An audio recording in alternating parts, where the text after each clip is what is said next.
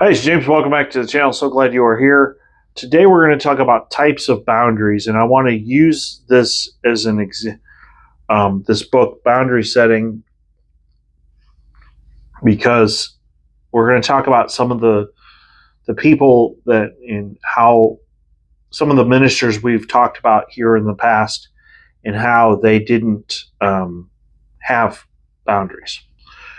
So let me get back to page 15. Actually, page 13. The author talks about different types of boundaries. There's physical boundaries, like fences, walls, hedges, doors, gates. I have found that, in my experience, that you want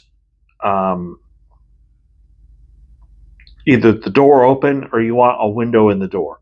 You don't want a situation where somebody pulls the shades or the blinds closed.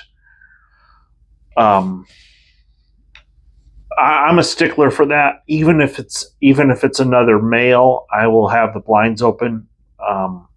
Some people are comfortable with, as long as it's somebody of the same gender, you can close the blinds. Definitely, if you're meeting with somebody of the opposite sex, you should have the blinds open. That's just an example. There are emotional boundaries. He says on page 14, emotional boundaries are usually used to manage the harmful words and deeds of others. These boundaries often limit their verbal abuse, like shouting, threatening, cursing, belittling, or bullying. We showed the video of, the guy in Ohio. My mind just went Rod Parsley, yelling at his staff because something didn't get done. I think they were supposed to have the sidewalk power washed, and that didn't happen. You got to understand, if you're in ministry and you actually have staff working for you, your people are your number one asset. So, and then he talks about different common boundary issues. Phone calls during meal times. Definitely people who are pastors and have a church have to deal with that. Verbal abuse from toxic people. Even people that aren't in the ministry have to deal with that, especially around holidays. He says on page 15, you were invited to a Thanksgiving dinner with your relatives. One uncle has always been toxic towards you by repeatedly criticizing your occupation. Do you decline the invitation, or do you accept the offer and risk more verbal arrows? If that uncle starts up his criticisms, do you have the courage to say, I'm sorry you disagree with my career choice, but I refuse to listen to any more of your criticisms. If you continue, I'll leave. Violations of days off. Say, typically ministers that I've met either take Mondays off or Fridays off, because obviously they got to work Sunday.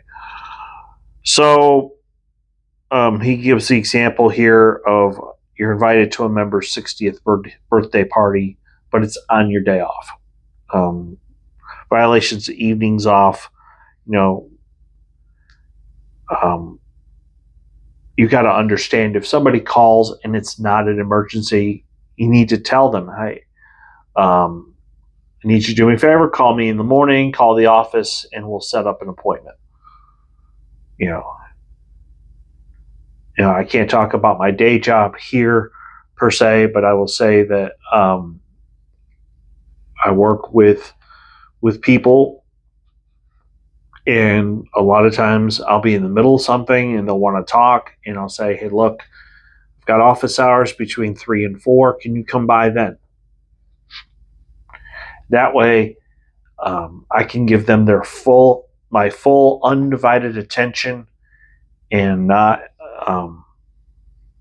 be thinking about other things. Because ultimately, if you're in the ministry and you're talking to people, you need to be fully present. Violations of personal limits. Say you have a routine where you go work out 2 or 3 days a week, and all of a sudden your buddy comes up to you and says, hey, let's go to the movies instead. Well, no, you've dedicated this time to going to work out. You need to go work out. So that's actually a violation of your boundaries. So,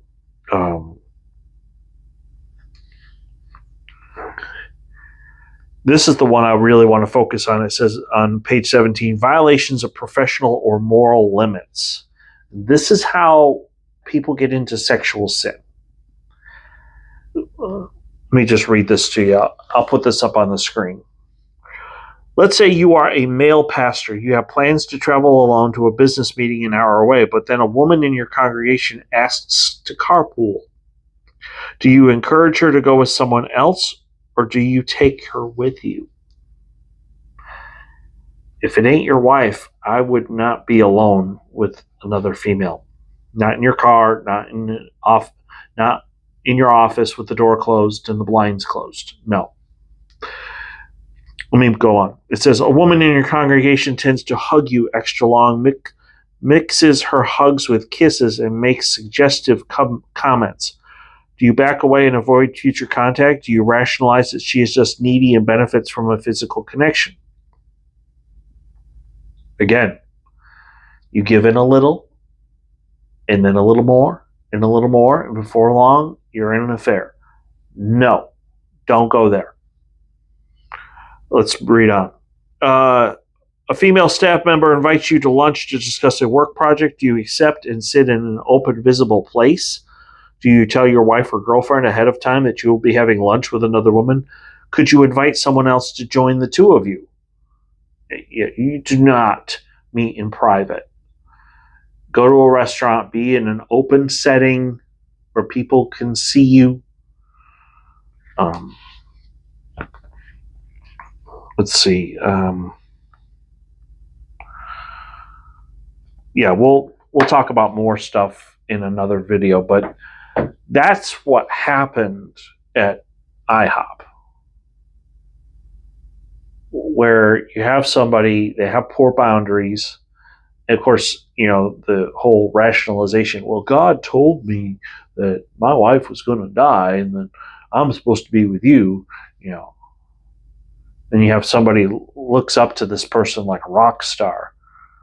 And then you go, what do? You go behind closed doors. Nobody can see. Inappropriate stuff happens. I'm telling you, if you're in the ministry, you need to have a window in your door or just leave the door open. So your secretary may not be able to hear everything that's being said, but they can hear something. And they know that if you raise your voice enough times, they'll come see what's happening. You got to have some way to keep you. Let me put it this way. You cannot be alone with somebody of the opposite sex for an extended period of time and keep meeting with somebody in private and expect that you're going to stay sexually pure. I've seen it happen multiple times. The fact that Robert Morris was staying at somebody's house and sleeping in that family, the daughter's room, is a clear boundary violation. He should have been on the couch. If they're going to let him stay, they need to either A, have an empty room that doesn't belong to anybody else, and you have like an inflatable bed or something, or you sleep on the couch. Daughter stays in the room. She stays in the room at night and does not come out. So, anyway, we will explore this some more. Of course, I'm not surprised if any news were to come out. But I'm just keep my ears open, and if something does happen, then I'll respond to it accordingly. If you are new, please hit like and subscribe. Thank you for being here. Thank you for watching, and I will see you tomorrow.